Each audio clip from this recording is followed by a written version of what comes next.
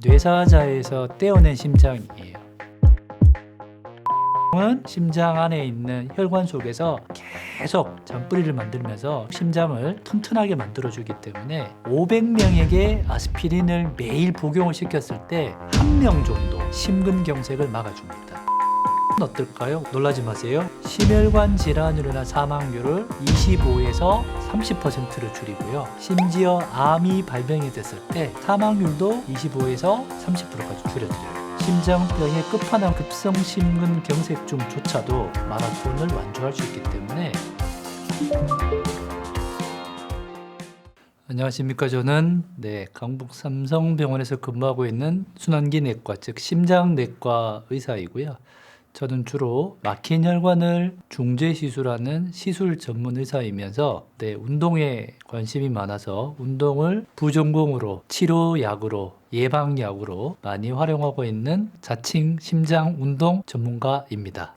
보통 우리가 알고 있는 관상동맥이라고 해서 혈전으로 막혀서 위험한 상황이 되는 혈관은요, 근육 바깥에 붙어있는 굵은 혈관들이에요. 이 사진을 보시면 잔뿌리가 되게 많죠. 저 잔뿌리는 심장 근육 안으로 파고든 소위 말하는 골목길인데, 지금 두 사진에 보시면 오른쪽은 보면 잔뿌리가 되게 많죠. 왼쪽은 잔뿌리가 많아요, 적죠. 저 차이가 뭐냐면 바로 운동이에요. 운동을 하시게 되면 계속 그 혈관이 지나가는 길을 포장을 하고 찌꺼기를 계속 씻어주기 때문에 눈에 보이는 큰 혈관보다는요, 눈에 보이지 않는 잔뿌리에 아주 효과적입니다. 똑같은 급성심근경색 환자가 왔는데 50대 초반입니다. 어떤 사람은 심장혈관이 콱 막히면서 소위 말하는 생사의 기로에 가는 사람이 있고, 그 사람 운동을 한 번도 한 적이 없는 사람. 근데 운동을 평상시에 좀 하신 분들은 저 잔뿌리가 많이 생기니까, 혈전으로 콱 막히면 잔뿌리가 많으니까 옆에 있는 멀쩡한 혈관들이 그 잔뿌리를 통해서 피를 공급을 해주겠죠.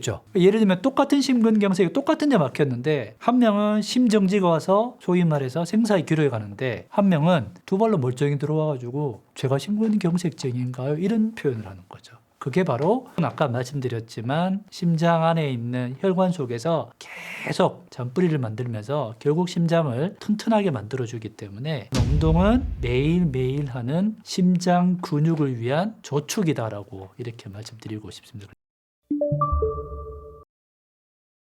1970년대 초반에 캐나다에서 정말 지금 생각해도 너무나 획기적인 연구였는데요. 그 당시만 하더라도 심근경색 환자분들은 운동이 금기였고, 심지어 심근경색 환자들한테 마라톤을 시킨다, 이거는 정말 미치지 않고서야 생각할 수 없는 컨셉이었잖아요. 저는 개인적으로 저 흑백 사진을 볼 때마다 정말 가슴이 웅장해지는 느낌을 받거든요. 심장내과 의사 닥터 카바나라고 하는 선생님께서 급성심근경색증을 앓은 환자들을 한 8명을 뽑았습니다. 8명을 뽑고 본인도 같이 훈련을 하신 거예요. 심근경색 환자들을 처음에는 일주일에 매일 만나셔가지고 처음에는 100m 달리기 하고 괜찮은 기준 확인한 다음에 200m, 500m, 1km, 2km, 4km, 10km 쭉 해가지고 훈련을 같이 한 거죠. 의사뿐만 아니라 간호사, 옆에 있는 여러 가지 도와주는 직원들 같이 훈련을 해가지고 그 유명한 보스턴 마라톤 대회에 참여를 했습니다. 굉장히 센세이션이었습니다. 이 8분 중에 7명이 완주를 했습니다. 물론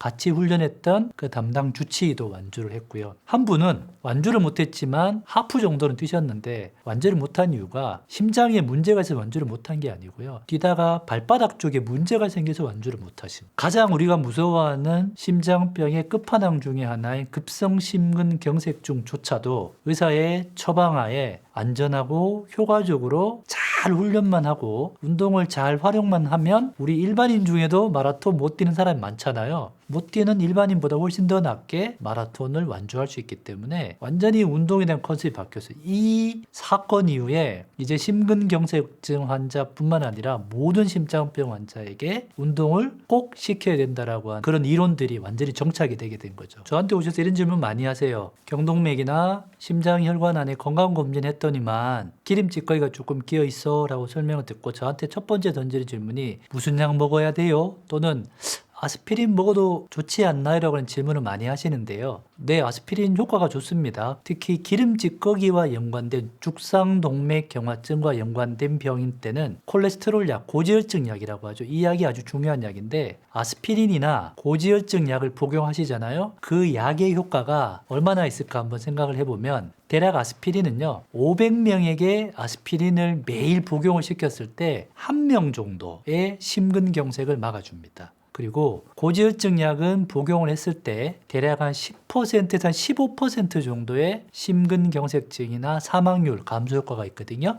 운동은 어떨까요? 운동은요, 놀라지 마세요. 운동은 대략 심혈관 질환으로 인한 사망률을 25에서 30%로 줄이고요. 심혈관 질환 사망률뿐만 아니라 전체 사망률도 25에서 30%까지 줄여주고요. 여기서 또 하나 포인트. 우리 암 많이 무서워하시잖아요. 여성분들 유방암, 남자분들 전립선암 같은 암 많이 무서워하시는데요. 이런 특정 암들 중에서도 암으로 인한 암의 발병률도 줄여주고요. 심지어 암이 발병이 됐을 때 그 암으로 인한 사망률도 25에서 30%까지 줄여드려요. 운동은 이제는 매일 드시는 삼시세끼만큼이나 매일 가능하시면 하셔야 되는 하나의 루틴으로 생각을 하셔야 된다는 말씀을 꼭 드리고 싶습니다.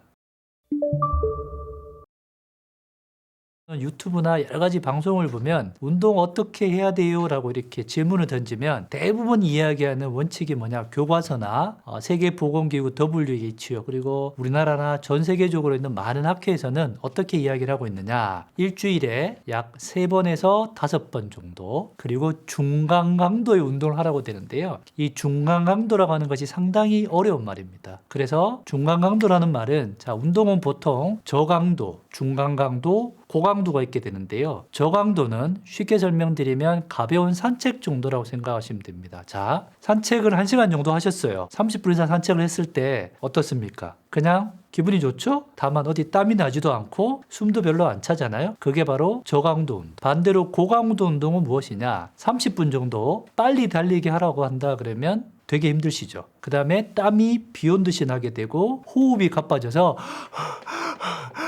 이게 바로 고강도 운동. 그러니까 저강도와 고강도 중간에 있는 것을 중간강도라고 할 수 있기 때문에 쉽게 설명드리면 30분 정도의 운동을 하셨을 때 땀이 몽글몽글 날 정도. 예를 들면 조금 빠른 속도의 산책이라든가 가벼운 러닝 정도가 될 수 있을 것 같고요. 또 하나 또 알려드리는 방법은 두 분이서 같이 운동을 하시면 돼요. 하시는데 두 분이서 대화를 하실 때 두 분의 대화가 적절하게 이어지질 못하고 예를 들면 너 오늘 뭐 했어? 라고 질문을 받았을 때 내가 바로 대답을 못하고 내가 오늘 뭘 했지라고 하는 그 정도 강도의 운동이 중간 강도 운동이고요. 마찬가지로 이런 두 가지 방법이 또 마지막 방법은 본인의 맥박수를 이용하는 방법도 있습니다. 맥박수는 본인이 우리가 혈압을 재시게 되면 수축기 혈압과 이완기 혈압만 보시게 되는데 반드시 맥박이 나오거든요. 그 맥박을 꼭 기억을 하셔야 돼요. 예를 들면 제가 오늘 아침에 혈압을 쟀더니만 120에 80이었고 맥박이 65회, 1분에 65회 때는 맥박이 나왔습니다. 그러면 그 맥박에다가 플러스 30에서 40을 하시면 돼요. 예를 들면 그러면 제가 165회니까 95에서 105 정도 되는 맥박수를 목표로 해서 운동을 하시면 돼요. 요즘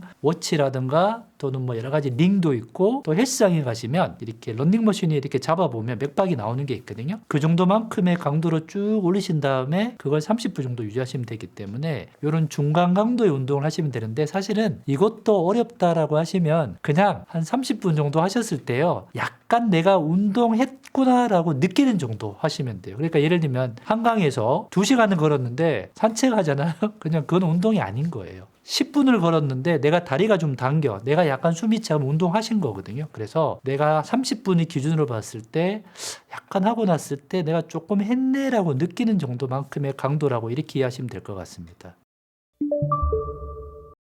종아리는 별명이 있어요. 제2의 심장이에요. 그래서 종아리 근육이 튼튼하면 사실은 심장 기능이 조금 떨어져도 종아리 근육이 많이 도와주기 때문에 종아리 근육을 튼튼하게 해주는 것이 심장 및 심혈관 환자한테 아주 큰 도움이 되는데요. 지하철이나 제가 진료 중 또는 의자에 앉아서 열심히 위에서 일을 하면서도 할 수 있는 아주 손쉬운 방법인데요. 그냥 이것도 아주 쉽습니다. 보시면 그냥 뒤꿈치를 쭉 드시면 돼요. 쭉 드시면 종아리 뒤쪽 근육이 쭉 수축이 되실 거예요. 이 상태에서 한 2초, 3초 버티셨다가요. 다시 내려가시고요.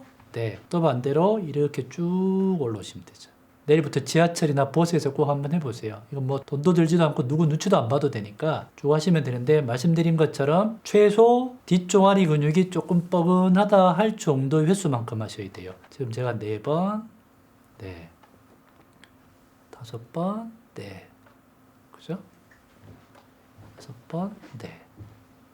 오, 제가 지금 뒷종아리가 조금씩 뻐근해지고 있어요. 네, 이렇게 해서 조금 뻐근해지시면, 네, 쉬셨다가, 제가 했는데 조금 숨이 차니 이게 운동이 된다는 거죠. 요거를 이제 휴식 때마다 자꾸 하시면 도움이 될 것 같습니다. 운동하시다가 숨 차다, 어지럽다, 힘들다, 뭔가 좀 눈앞이 현기증이 난다. 그거예요. 그러니까 운동을 하지 마셔야 되는 기준은 뭐냐? 그날 내가 운동을 하러 갔을 때, 또는 운동하려고 마음 먹었을 때, 매일이나 그 이전과 같은 상태의 운동을 하려고 했을 때 몸이 받쳐주지 않았을 때는 하시면 안 되는 거예요. 그래서 예를 들면 내가 어디 몸이 좀 아파, 감기기가 있는 것 같아, 유난히 오늘 좀 붓는 것 같아, 좀 숨이 많이 찬 것 같아, 그러면 운동을 하시면 안 되는 거죠. 두 번째는, 우리가 보통 헬스장 운동하러 가시면 항상 뭐가 있죠? 혈압계가 있잖아요. 보통은 저희가 운동 후에는 혈압 재는 거 별로 추천을 안 드려요. 운동 전에 혈압을 측정하셔야 되는데, 운동 전에 혈압을 측정하셨을 때 혈압이 너무 높거나, 너무 높다는 말은 본인 원래 혈압에서 한 40에서 50 이상인 경우, 또는 혈압이 너무 낮은 경우, 또는 맥박이 너무 빠르거나 너무 느리거나, 이런 경우도 운동을 하시면 안 된다는. 그래서 사실은 운동을 자제해야 되는 상태라고 하는 거는, 본인이 우리가 생각해 봤을 때 오늘은 운동할 만한 컨디션이 아니야, 안 하시면 돼요. 그리고 운동 중에 꼭 기억을 하셔야 되는 게, 중간강도 운동을 하는데 갑자기 어느 날 갑자기 가슴이 아파, 어느 날 갑자기 어지러워, 어느 날 갑자기 쓰러졌어, 어느 날 갑자기 전에 겪지 못한 숨참이 와, 어느 날 갑자기 한쪽 팔에 힘이 떨어져, 이러면 운동이 바로 검사를 대신하는 거기 때문에, 그때는 빨리, 최대한 빨리 고민하지 마시고 병원에, 응급실로 오셔야 된다는 거. 그걸 꼭 기억을 해 주셔야 돼요. 그래서 운동은 치료이자 재활의 보약이면서도 동시에 나의 건강 상태를 나타내주는 아주 단순하고도 가장 좋은 검사 도구입니다. 우리가 실제 말씀드리면, 심장 이식을 하셨어요? 중환자실에 있다가 일반 병실 나오시잖아요? 그날부터 저희 바로 운동 치료해요. 심근경색 앓잖아요? 심정지 오셨잖아요? 중환자실에 있을 때부터 저희가 운동 치료를 시작해요. 판막병 수술하잖아요? 수술하고 나오셔서 여기 수술 부위가 뭐 별 문제가 없죠? 바로 운동 치료를 해요. 자, 그러면 심장 질환, 심혈관 질환 중에 운동을 못하는 상태는 이론적으로 없다는 겁니다. 내 몸이 운동할 만한 컨디션만 되면 다 하실 수 있다는 거죠. 다만 강도가 아주 높다, 아주 낮다, 요거 좀 피하는 정도만 있을 뿐이지 다 하고 있습니다. 그리고 또 하나 말씀드리면, 운동이라고 하는 거를 뭐 제가 빨리 걷기라든가 아까 의자에서 앉았다 일어났다 하는 것처럼 뭔가 굉장히 거대하고 또 의미 있고 뭔가 좀 이렇게 거창하게 이야기를 드렸는데요. 사실은 운동이라고 하는 거는, 예를 들면 우리가 중환자실에 누워 계세요. 기관지 삭관을 하고 의식을 깼는데, 자, 본인이 말씀은 못하고 이야기는 못하지만 어디가 지금 좀 자유스럽죠? 손가락 발가락이 자유스럽잖아요. 자, 제가 의지를 가지고 손을 이렇게 쥐었다 펴잖아요. 이것도 운동이에요. 이것도. 왜? 제가 손가락을 가지고 의도적으로 해야 되겠다라고 하는 의지를 가지고 하기 때문에 이것도 운동인 거고. 또 하나, 잼잼이. 우리 아가들이 가지고 노는 물렁공 있잖아요. 이게 제가 좋아하는 운동인데요. 잼잼이고. 운동이에요. 그리고 지금 제가 앉아 있잖아요. 제가 앉아 있는 상태에서 뒤꿈치를 들었다 올렸다, 들었다 올렸다. 예를 들면 TV 보시는 우리 어른들이 소파에 앉아서 발목을 까딱까딱 하시는 거 있죠? 이것도 운동이기 때문에 그냥 신체의 어떤 부위를 내가 의지를 가지고 의도적으로 움직이면 운동이 되기 때문에요. 운동을 못하는 상태는 이론적으로는 없습니다. 꼭 기억을 해주셨으면 좋겠습니다. 야, 숨차고 가슴 아픈데 운동하다가 잘못되면 쓰러질 수도 있잖아, 이런 이야기를 하시기 때문에 오히려 운동을 안 하시는 분들이 꽤 계신데요. 제 환자분 중에는 제가 운동을 하라는 저의 이야기를 듣지 않고 운동을 전혀 하지 않으셔서 몇 달 만에 계속 응급실을 방문하시고 또 재입원을 계속 반복하시고, 심지어는 혈관이나 심장의 상태가 더 나빠지셔가지고 심장 이식까지 하신 분이 계실 정도로, 사실은 다시 말씀드리지만 운동은 이제는 저희가 심장병 환자가 매일 드시는 삼시세끼만큼이나 매일 가능하시면 하셔야 되는 하나의 루틴으로 생각을 하셔야 된다는 말씀을 꼭 드리고 싶습니다. 고생하셨습니다. 감사합니다.